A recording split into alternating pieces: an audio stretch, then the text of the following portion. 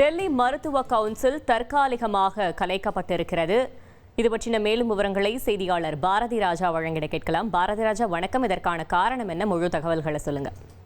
கண்டிப்பாக டெல்லி மருத்துவ கவுன்சில்ல ஊழல் மற்றும் முறைகேடு குற்றச்சாட்டுகள் இருந்து வந்தது. குறிப்பாக என்னோட பிசினஸுக்கு ஜிஎஸ்டி நோட்டீஸ் வந்திருக்கு பாரு. உடனே ஜிஎஸ்டி எக்ஸ்பர்ட் பேசு. உடனே எப்படி கிடைக்கும்? பாஸ் வாலா பி தி பாஸ். ஊழல் என்றால் பணி நியமனத்திற்கு பணம் பெற்றுக்கொண்டு ஊழலில் ஈடுபட்டதாகவும், அதே போல பணி நீட்டிப்பு ஆகிய விஷயங்களில் ஆவணங்களை முறைகேடாக பயன்படுத்தி இருப்பதாகவும் குற்றச்சாட்டு இருந்தது.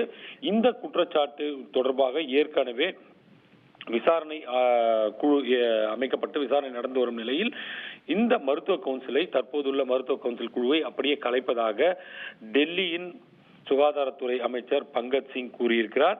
இந்த நிதி முறைகேடுகள் உள்ளிட்ட பல்வேறு விஷயங்களை விரைவில் விசாரணை நடத்தி முடிவெடுக்கப்படும். அது மட்டுமல்லாது புதிய கவுன்சில் நியமனம் செய்யப்படும். புதிய கவுன்சில் நியமனம் செய்யப்படும் வரை எந்த விதமான மற்ற விஷயங்களையும் இந்த தற்போது இருக்கும் மருத்துவ கவுன்சில் குழு கையாளக்கூடாது.